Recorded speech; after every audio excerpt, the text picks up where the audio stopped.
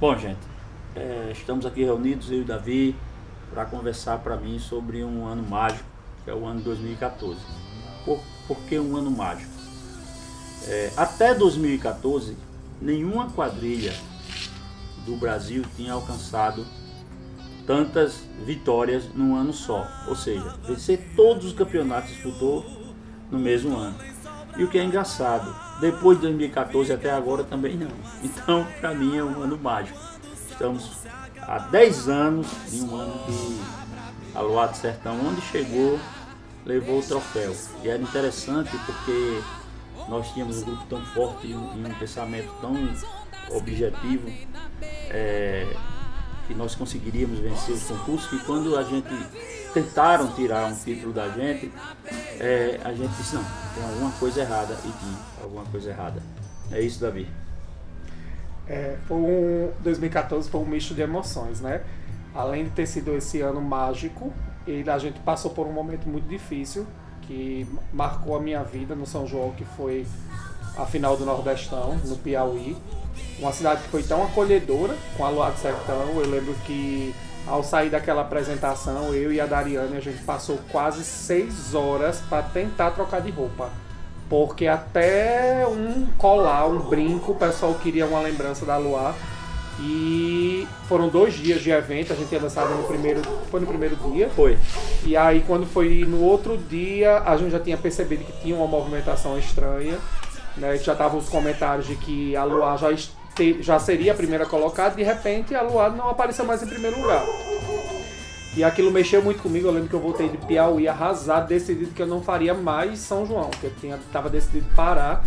E como é que a gente, tinha acabado de vencer a Rede Globo, que era o meu maior sonho, né? Desde quando eu entrei na Aluá em 2004, eu coloquei como meta vencer o Rede Globo, vencer o regional. E o Zé sabia disso, que era, na verdade, é o sonho de qualquer quadrilheiro. Eu acho que a gente endeusa tanto aquele concurso. E quando a gente conseguiu vencer ele, logo depois deram uma rasteira. Então aquele sentimento de decepção foi muito grande, que nem vontade para ir pro Nacional eu tive. Mas o grupo era tão unido, tão focado, que eles disseram, não, a gente não deve acabar o São João dessa forma, porque era difícil levantar dinheiro para ir mais 3 horas, 4 ônibus, mais um caminhão para Maracanãú, porque já que a gente não tinha um incentivo. E aí, por mim, tinha parado ali, mas aí o grupo resolveu e disse, não, a gente vai pro Nacional, e a gente vai em busca desse título. E enquanto isso, estava rolando ainda os problemas do Piauí. Então, pra mim, eu cheguei ainda no Ceará para dançar baqueado. Sem a certeza que tinha...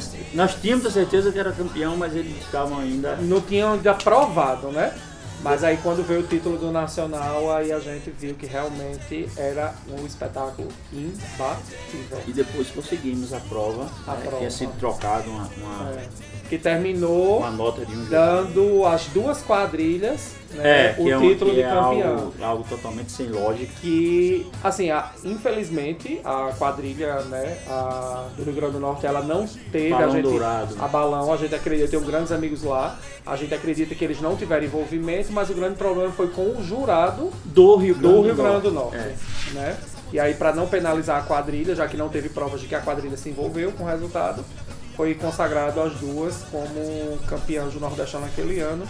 E aí foi quando a gente realmente pôde coroar a tríplice coroa, que ainda ninguém tinha conquistado.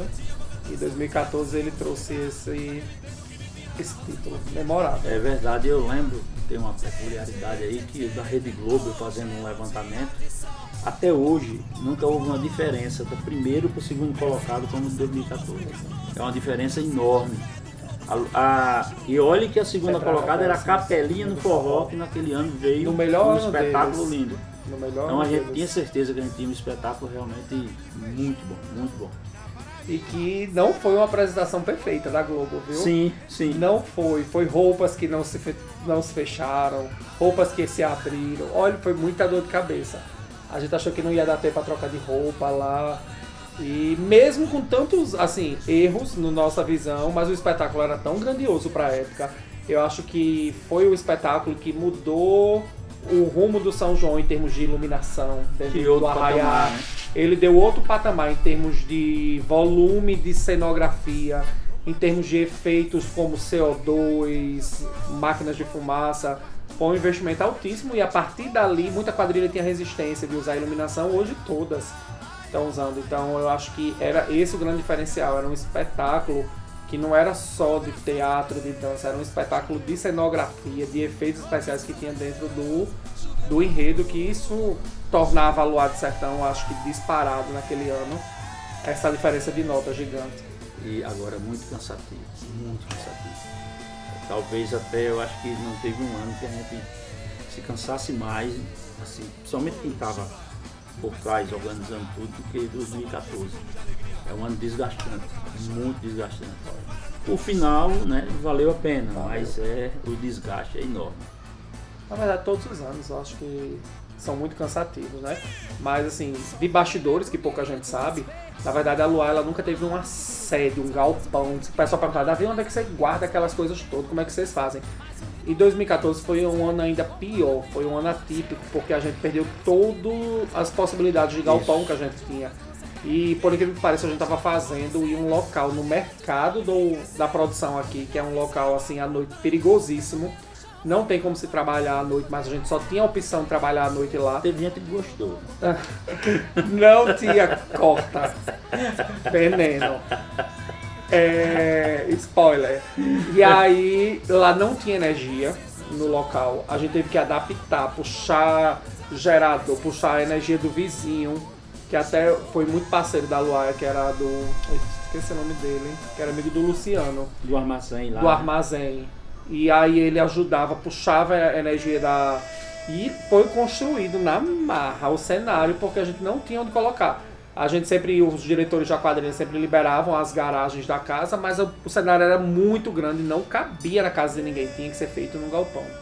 E aí aquele ano foi muito difícil construir cenário. Agora, tem uma coisa daquele ano, Davi, que eu acho que você vai concordar comigo, que talvez tenha sido o ano que a gente mais ensaiou tecnicamente, com tudo, que eu lembro que era ter no galpão do basquete. E ali, 2010 né? Também, dos balões gigantes. Então isso ajudou muito a quadrilha, né? Conseguiu ter aquela familiarização com tudo que ia acontecer. Até a troca de roupa a gente fazia. E uma curiosidade, primeira mão, viu, pra vocês aí que estão assistindo. Acho que ninguém sabe. Até o próprio pessoal que dançava naquele ano, talvez, não sei nem se você vai lembrar. Alguns dias antes de estrear, a última produção da gente a ficar pronto foi o Carro de Boi, que entrava eu e a Dariane na hora do casamento. Um dia antes da estreia, o boi pegou fogo. Literalmente. Incendiou, só sobrou o ferro, a carcaça. Ele era todo revestido de espuma, isopor a cabeça, e um dia antes da estreia a gente teve que refazer, porque só sobrou. Não tem um boi quando morre de fome, fica só o esqueleto queimado. E a gente teve que comprar espuma nova, fazer tudo de novo, do zero. Em um dia, aquele carro de boi foi construído novamente. Era o carro de boi que levava vocês para a lua de mel, né? Isso tudo por causa de uma faísca de solda. Ele estava soldando a base do Padre Cícero e do Frei Damião quando um pingo de solda caiu na espuma do boi. Aí na hora, a chama pegou. Foi muito rápido. Foi muito rápido, não deu nem tempo.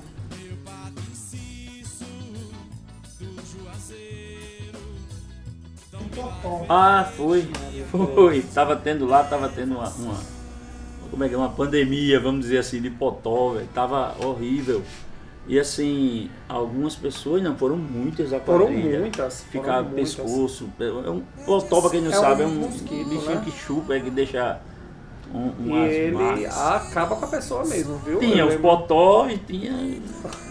Aí... juntava. Mas foi. Esse bendito potó era um besourinho que tinha lá, que todo mundo saiu baleado, viu, com ele. Teve o show da Elba depois, e tava todo mundo lá, e os potó voando, pegando todo mundo. Eu lembro quando acabou a apresentação, aí o segurança chegou perto de mim assim e disse, o senhor podia chamar o casal de noivos aí, por favor? Podia, chamei o Davi, disse, olha, que esse pessoal aqui quer quer conversar com ele. Menino, tinha uma fila quilométrica. Aí eu deixei ele de olhar e fui embora. Eu digo, olha pessoal, esse pessoal quer falar com vocês. E o mais engraçado é porque eu sou a paciência em pessoa. Eu não tenho problema. Apesar que eu ficava coordenando o negócio da produção também, a gente sabia que eu me dividia entre noivo e ficava também ajudando o pessoal em tudo na cenografia. Mas a Dariane, ela ficava nervosa, porque ela ficava querendo cigarro. E ela tinha que dar cerveja. E um monte de gente querendo falar. Ela, Davi, me tire daqui, porque eu quero fumar. E eu disse, você não vai fumar. Ela vai me matar, a Dariane não me mata não. Mas ela tinha um copinho, que ela entrava, que o pessoal achava que ela estava tomando água. Mas nunca foi água, gente. Ela sempre entrou bêbada no arraia. E não é pra cortar, porque eu tinha que beijar a boca dela de bafo de cerveja e de cigarro. Mas pra aperrear ela, eu vomitava antes da apresentação e beijava ela com gosto de... E aí ela, pra não dizer que a noiva era alcoólatra, ela botava num copinho mais escuro e ela ficava tomando, mas era cerveja. Porque ela não conseguia ficar 5, 6 horas sem beber e sem fumar. A Dariane é um mito, é uma lenda na quadrilha.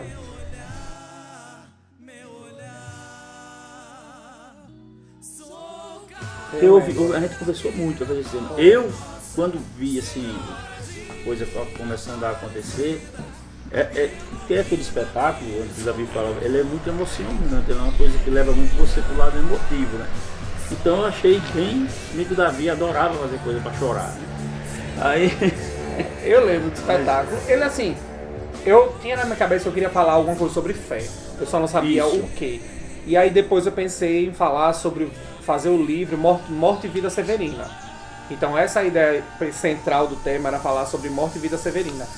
Só que quando a gente foi sentando e as ideias, e aí veio essa questão da fé do povo nordestino, porque, graças a Deus a gente teve muita gente que chegou, sentou com a gente e começou a... Do Frei Damião. Sim, aí na época a Janinha tinha sugerido que o professor de literatura que trabalhava com ela fizesse um texto, escrevesse, porque ele era muito bom sobre morte e vida severina. Ele dominava tudo sobre o assunto. E aí a gente marcou uma reunião, eu passei para ele o que seria, ele trouxe um texto irretocável, a gente não mudou absolutamente nada do que ele escreveu. O texto que está escrito no espetáculo de 2014 foi todo com autoria dele. Porque ele tinha um segmento para a história, né? E quando a gente leu o texto dele, a gente pegou tudo. A gente só disse o que era mais ou menos o espetáculo. Isso. E ele conseguiu encaixar o Morte e Vida Severina dentro do enredo, trazendo essa fé do povo nordestino. Então, quando eu vi, aí tudo que eu queria, eu tinha ideia, um exemplo. O tema, a frase do tema, não foi minha nem do Zé. Não sei se você vai lembrar, foi do Léo, da Carleane.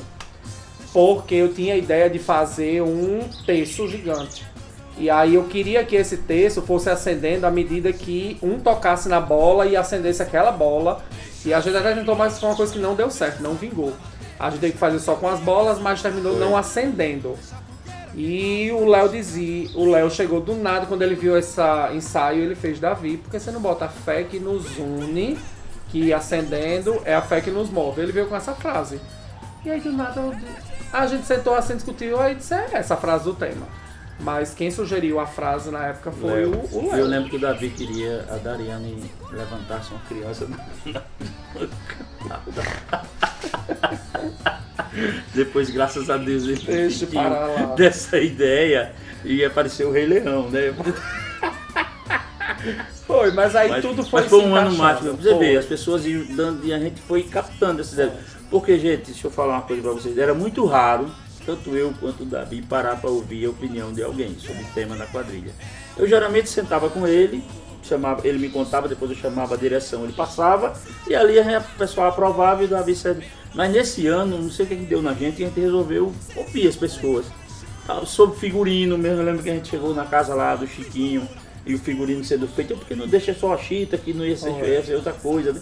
E acabou que vingou. Assim, eu acho que talvez, eu acho que eram os deuses do São João mesmo, que estavam ali. Tinha que ser.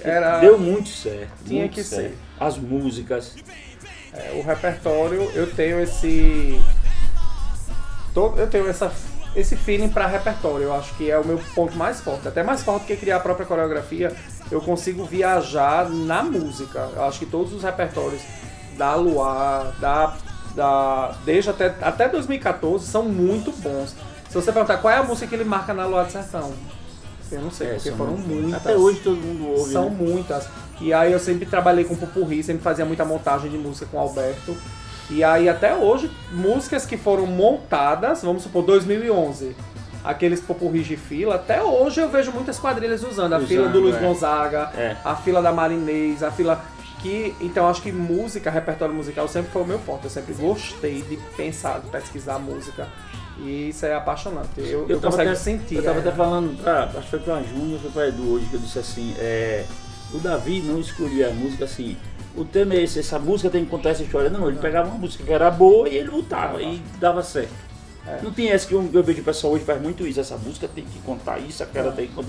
A gente não tinha muito essa preocupação. Só tinha naquela hora, tipo assim, da chuva. Então sim, a gente teve que botar. Que aquela música ali foram muito assertivas. Eu acho que aquela, pra mim, a gente já ganhava o concurso na entrada. Na entrada, aquela troca de roupa do sol e da chuva.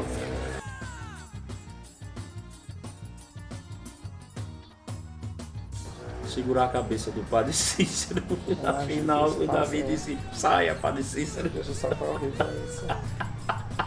E a gente sabe que o Zé tá falando, foi o seguinte, quando a gente foi pra Maracanã, o Nacional, na hora de entrar, o Padre Cícero não queria participar da apresentação. Quebrou tudo que tem que quebrar, porque a gente tinha rodado tanto aquele espetáculo, que era a última apresentação, o Padre Cícero já estava derrengado. E aí sobrou pro Max, que era primo da Dariane, que ele era bem alto, ele era da minha altura, e botaram ele na corcunda pra ele ficar a apresentação inteira segurando o Padre Cícero. Imaginou isso? Porque ele ficou meia hora aqui, ó, em cima da corcunda do menino segurando o Padre Cícero, que o Padre Cícero se largasse, ele desmoronava. Aí, antes de entrar, assim, já 5 minutos, eu disse, tira o Padre Cícero, ele não quer se apresentar hoje. Só que na hora, eu não conseguia rir, eu não conseguia chorar, eu só dizia, tire ele não quer. De repente, quando abriu a cortina, que eu olhei pra trás, o Padre Cícero lá em pé. Olhando pra ele, tô aqui, Davi. Foi quando eu fui lá pra trás, que eu passei mal nessa apresentação, eu tava muito mal. E aí eu fui lá pra trás, e Dariane saiu comigo. Quando eu olhei, era o Max segurando o Padre Cícero desde o início da apresentação.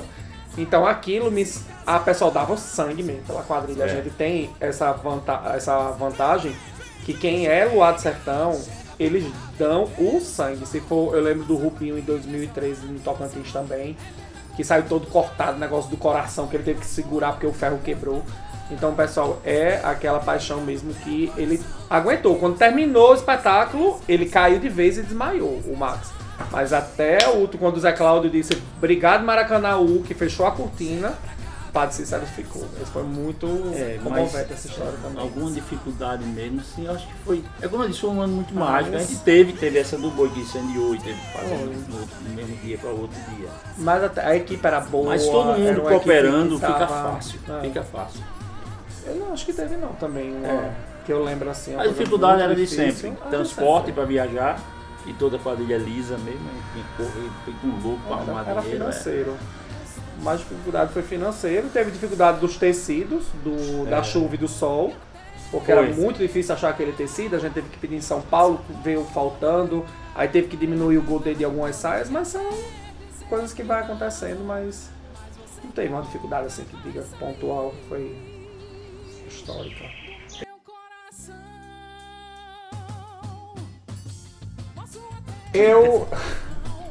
Eu tenho, na verdade não foi convencimento. Ali eu tinha um grupo que era muito grande e eu não tinha, devido à falta do tecido, do sol e da chuva, eu não conseguiria colocar a quadrilha toda para dançar a abertura. E aí eu tive que limitar a quantidade de casais, se eu não me engano, eu acho que eram 32 que dançaram a abertura, 28, 32. E a quadrilha tinha quase 50 pares naquela época, a Luar já tinha. E aí eu tive, essa primeira limitação foi por causa do tecido. E aí eu já olhava pra pessoa e dizia, gente, infelizmente eu não vou poder dançar todo mundo, então, por favor, quem quiser já pode sair. Aí eu ficava olhando pra pessoa se tocar que podia sair. E aí eu terminei selecionando dessa forma. O pessoal entendia como brincadeira, mas aí teve... E o pior é que não foram muitos ensaios, viu? Não foram. Aí quem não dançou eu aproveitei no teatro, porque tinha uma procissão que passava na hora do enterro, e aí todo mundo que não fazia parte da abertura dançando, mas fizeram parte de forma teatral. Aí todo mundo se Ou envolveu seja, um pouco. quando vocês assistirem, a procissão que passa ali são as pessoas que o Davi não queria dançando. Eu acho que a Sandra estava na procissão nesse momento. Estava passando de outras pessoas. Porque foi assim, a gente conseguiu tirar casais Foi. e dizer, olha, dança ou só o cara ou só a menina. Com a menina, foi. Infelizmente, porque não vai dar. Tal. É difícil, mas conseguiu. E como eu disse, as pessoas ajudaram muito naquele ano. Mas até tem muita gente que até prefere não dançar, porque a correria da troca de roupa é grande. E aí tinha gente que já estava lá atrás prontinho para entrar no próximo ato, fazia a procissão, já estava pronto. E quem dançou aquela parte era a correria para trocar de roupa. Eu lembro que a Rafa passou bons bocados. Eu acho que a Evelyn dançou com a roupa da Rafa e a Rafa pegou a roupa da Evelyn. Que a roupa da não assim, fechava. Alguém pegou a roupa da Rafa e a roupa que deixaram pra Rafa não entrava. Não nela. entrava. Foi, aí a Rafa teve que dançar. Teve uma que dançou na fita crepe, passaram a fita crepe atrás. Por mais que organizasse, mas era muita coisa ao mesmo tempo. Era muita roupa, era muito cenário. Era equipe de iluminação dentro de quadra. Era muito fio passando ali atrás. E terminava realmente na hora trocando os figurinos. Tinha até troca de sapato, eu acho, naquela época. Teve uma pessoa que entrou com o pé esquerdo no pé direito. Teve tudo isso. Enfim.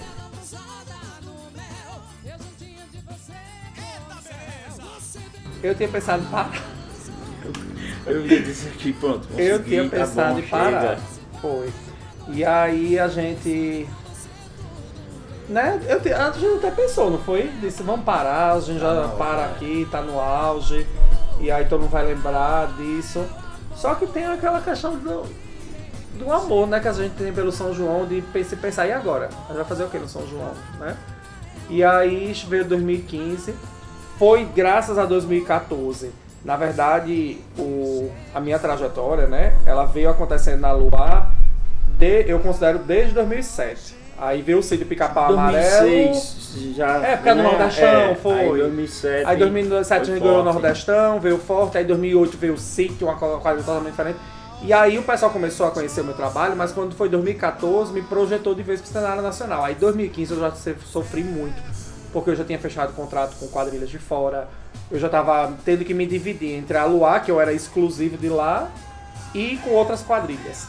E aí isso pesou um pouquinho.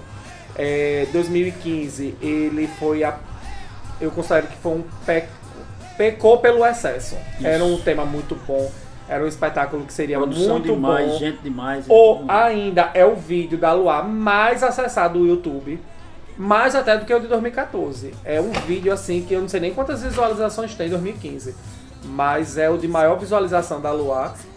E teria tudo pra dar certo, mas eu terminei pecando. A gente tem aquela responsabilidade, a cobrança de dizer, ganhou tudo no outro ano, tem que fazer algo maior. Em 2015, 14. né? 14 para 15, eu mesmo fui muito ausente em 2015. Foi uma coisa que, quer dizer, a gente tinha uma equipe enorme, mas tinha muitos grupos se formando e reclamando disso, reclamando daquilo. Não teve aquela mágica de 2014. Eu acho que nunca mais teve. Não tem. Porque aí existe a cobrança. E nem todo mundo sabe. Porque, um exemplo, você chegar lá é fácil, difícil é se manter. E aí a cobrança, ela veio. Tinha cobrança externa, mas a maior cobrança era da gente. De fazer algo melhor, de fazer algo... E que era impossível. Impossível conseguir fazer algo. Muita gente que veio pra Luar, já conseguisse. tinha um grupo grande. A gente foi outro erro, a gente veio com mais de 60 casais, coisa que naquela época era absurdo. Não tinha raiá que desse pra gente dançar, a estrutura no estado não comportava. Então a gente foi uma sucessão de erros em 2015, não pelo tema, mas pelo que veio da forma que aconteceu. Da forma que aconteceu. Pronto, foi ser diferente. Mas aí a sensação de 2014 foi essa. Depois do espetáculo era parar. Do dever cumprido, aquela coisa, cumprida. O que é que eu vou ganhar agora? Verdade. E foi parar mesmo.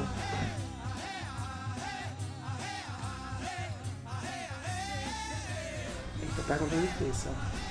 Eu acho que tem que mudar. Talvez aquele espetáculo tivesse alguma coisa para acrescentar. Vamos botar assim, mas mudar.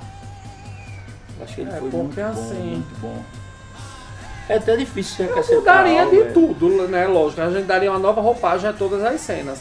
Mas eu não acho que tiraria nenhuma cena do espetáculo. Porque eu acho que as cenas elas se complementavam para fazer o espetáculo acontecer.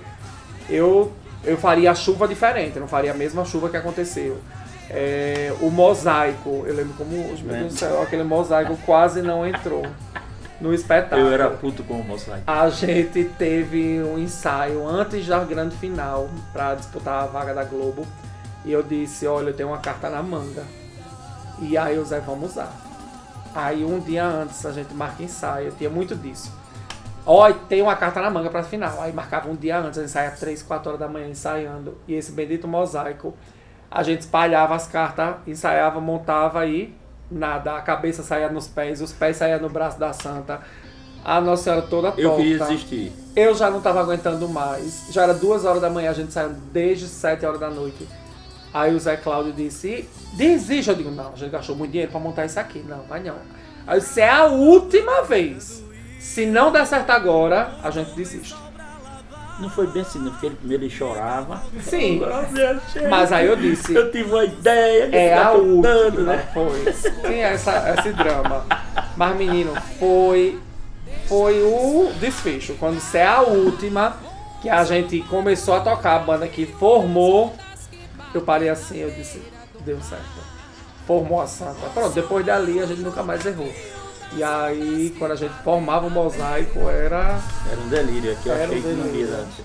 Foi uma das coisas que eu disse, eu acho que não vai dar certo.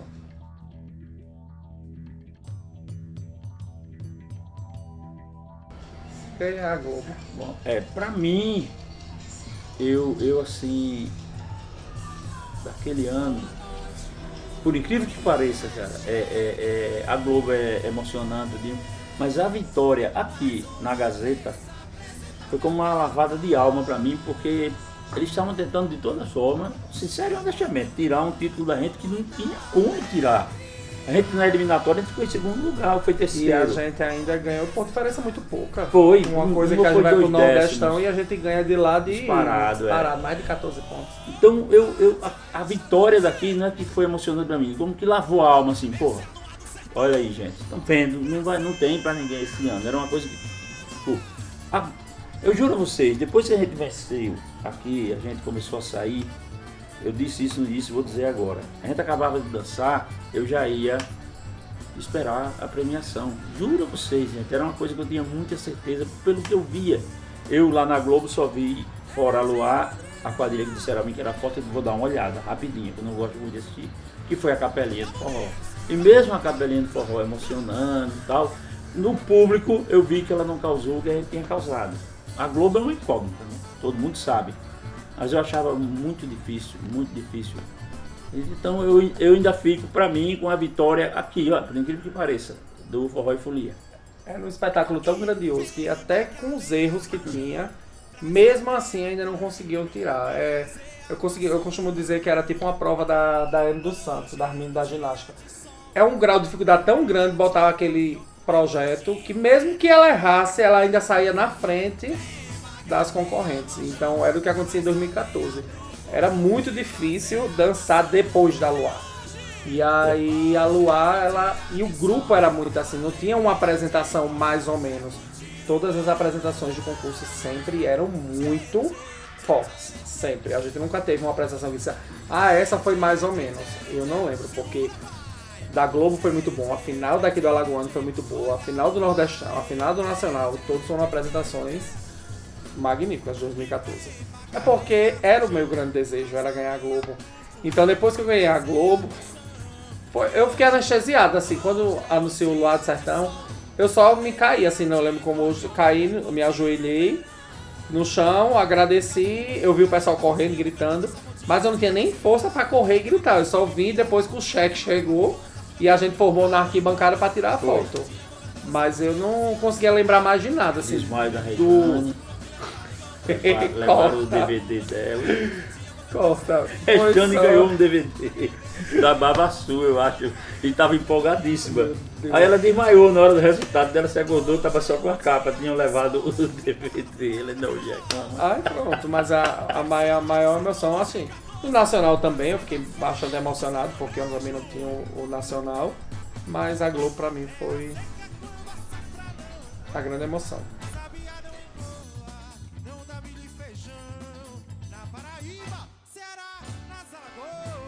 É difícil de você, né? Enquanto a câmera estava desligada aí, eu estava conversando com o Zé justamente sobre isso. E que a gente passando, meu Deus, 10 anos e a gente hoje faz lembrar como se fosse ontem, como se fosse esse sentimento, essa nostalgia. Ela acende no coração, Zé Cláudio lembrou até de um episódio, não foi Zé, lá do Piauí. Que a Luá acabou de dançar e assim a gente acabou de dançar, eu recebi a informação que a avó da Evelyn tinha falecido e a gente teve que vir de avião. O pessoal ficou lá, porque no outro dia que saiu o resultado, e a gente veio desesperado para o aeroporto, a Evelyn vestida de quadrilha ainda. Foi algo assim realmente inesquecível. E era o dia do meu aniversário, ainda tinha isso. Mas eu lembro o pessoal falando, Rafaelba Ramalho, 10 anos atrás, o pessoal dizia, Rafaelba Ramalho, a gente vê uma coisa de perto, uma carcaça. Corta, viu? Porque senão você vai responder direitos autorais. O pessoal dizia isso mesmo, acho que era o Calunga, não sei o que era, o pessoal da quadrilha falava isso.